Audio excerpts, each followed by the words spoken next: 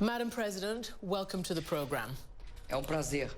I know that you have been calling this a political coup. There are many, many people who disagree with you and who did not like the fact that you took that to New York and told the world that there's a coup underway against you here in Brazil. But even your supporters, Madam President, says that what's happening is constitutional. Perhaps the legal basis, according to one of your supporters, was flimsy, but nonetheless, this is happening within Brazilian institutions. Can you tell me why, then, you fiddled the books, cooked the books, in order to hide that budget hole before the 2014 elections? And do you think that that is electoral fraud or an impeachable offense under the current provisions? Why did you do it and what did you do? Nós não modificamos, nós fizemos o maior... When we say there's no legal ground to the ongoing impeachment process, it's because we engaged in the biggest budget slashing exercise in 2015. Never before in Brazil did the government slash spending as much as we did in 2015. And they are questioning the measures that were taken while implementing the budget. It has nothing to do with the previous electoral process, nor it has to do with cooking or fiddling the books or accounts. It does have to do with something that has always been current, ongoing practice in Brazil by all administrations prior to mine, even term in office to 2011, 12, and 13. That was acceptable practice. It was also regular, ordinary practice under the Lula da Silva and the administration also under the previous Cardoso administrations. So, if then it was not a crime, why is it an impeachable offense today? But I want to ask you this, and there's no easy way to say it. Madam President, you have been rated one of the worst leaders in the world, one of the worst presidents. Your popularity right now is around 10%. That's really, really low. You were impeached by the Congress decided to send your impeachment case by an overwhelming majority that surprised even your supporters. You don't seem to have very many friends in Congress. Do you think you are going to survive the impeachment process in the Senate? The Brazilian Constitution does envisage impeachment, does contain impeachment provisions, yes, but whoever tells you that impeachment provisions are there should go ahead and complete and finish the sentence. We live in a presidentialist system. There has to be a violation. There has to be a violation of the Constitution for there to be an impeachment procedure. In Brazil, the presidentialist system, just as the case in the US, no one can carry out an impeachment process just out of sheer unpopularity of the president, because unpopularity is a cyclical thing. If it were not so, all presidents or all prime ministers in Europe that experience 20% unemployment rates would inevitably have to go through an impeachment process because they, too, experience substantial drops in their popularity. Tiveram profundas quedas na popularidade. I hear what you're saying, but do you think you're going to survive? Do you think you will be president at the end of this process? Eu quero dizer o seguinte, mais do que pensar, eu lutarei para sobreviver. I wish to tell you one thing. More than just thinking that I will survive. I will fight to survive, not just for my term in office, but I will fight because what I'm advocating and defending is the democratic principle that governs political place in Brazil. Who filed the impeachment process against me? All of them are being charged for corruption charges, especially the Speaker of the House. My life was turned upside down. They look everywhere to find something against me, and there's no corruption charge at all against me. Well, because they have no grounds to legally trigger the impeachment process, I noticed that the ratings or popularity of those who are undertaking the impeachment process is lower, much lower than mine today, and mean the level of rejection is much higher. Their level of rejection is much higher.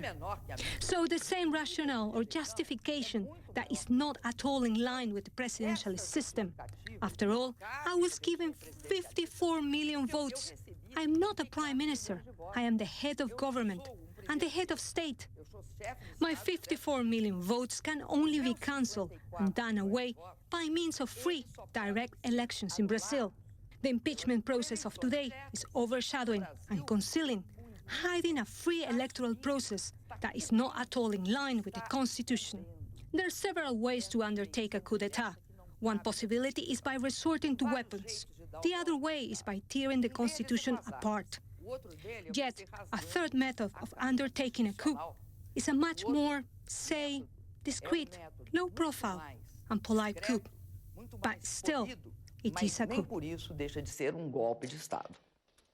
Do you not think, though, that as far as this has got right now, an impeachment process could be even more divisive for this country? Do you ever think that for the sake of this country, you should perhaps resign? I think the term in office does not belong to me. It does not belong to me only. It belongs to the 54 million votes that were given to me, and also to the 110 million that took part. But 60 to 70% of the people, two-thirds of the people want you to step down, Mrs. President. The process of removing a president from office cannot possibly boil down cutting in an opinion poll. I mean, the electoral process, of course, it's time for discussion nationwide. It is not a frozen snapshot at a given point in time. Can you imagine if the impeachment fad, is replicated elsewhere? Every time the president experiences ups and downs in his popularity ratings, he's going to be removed from office, he or she? A president in view of a crisis, and, by the way, we did not create this current crisis. This crisis of today stems back from 2008 and has hit emerging countries very hard in the 2014 and 15. How much do you think the woman thing is playing in this impeachment drama? Because you're a woman, the first female president of this country. Eu acho que tem uma parte muito forte. I think there is a very strong element that has to do with the fact that I am a woman. Number one, because they have often said that I was a very harsh woman, and I have always replied as follows. Yes, I am a harsh woman surrounded by cute, polite, gentle, and kind men around me, and only women are described as being harsh when they take office in a high position. Now, at the same time in Parliament, in the past 15 months, something has consistently been there in the opposition assessment about me. There was a point in time when they said that because I was so much under pressure that I had to be either depressed or going through a major nervous breakdown. They even wrote entire articles and published news about my alleged nervous breakdown. And they forget that we have a tremendous sense of resistance to challenges, difficulties, and crises. I mean lessons we learn in life as women because of the social role we perform, especially those of us who belong to a generation that began to have many more opportunities to take part in public life or work in professions that were unavailable to women up until recently. We have had to, of course, face up to a myriad of challenges. Madam President, you know Hillary Clinton is running to be the first female president of the United States. She, on the campaign trail, said, unlike my husband, she's talking about Bill Clinton, unlike Barack Obama, I'm not a great politician. I'm a great doer, I have great passion, I'm committed to being the best leader I can, but I'm not a great politician. Do you wish you were a better politician? Lula was a great politician. It seems that you've suffered because you're not a good politician. Lula Lula was certainly a better politician than I am.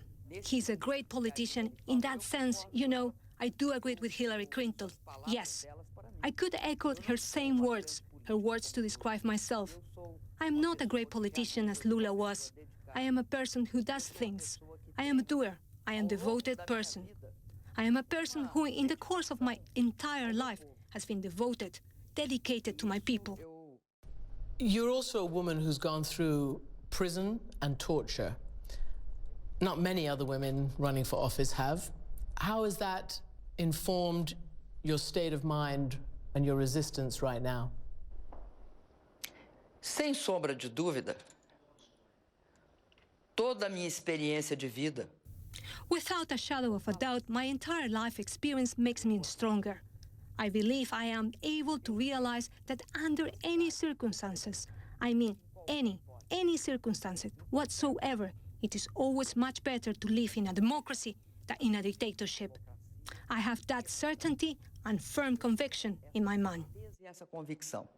E isso me faz também You won't ter talk muita about yourself, your fortitude. I'm trying to find out from you, not the benefits of democracy versus dictatorship, but about your character. Eu prefiro viver. Eu prefiro viver. I prefer to live with as much freedom as possible. I do not believe that we can flourish as human beings, as persons in time, when one is deprived of freedom. And that is a source of strength to me. I have huge resistance and strength to fight for my convictions. Tenho uma resistência imensa para lutar pelas minhas convicções.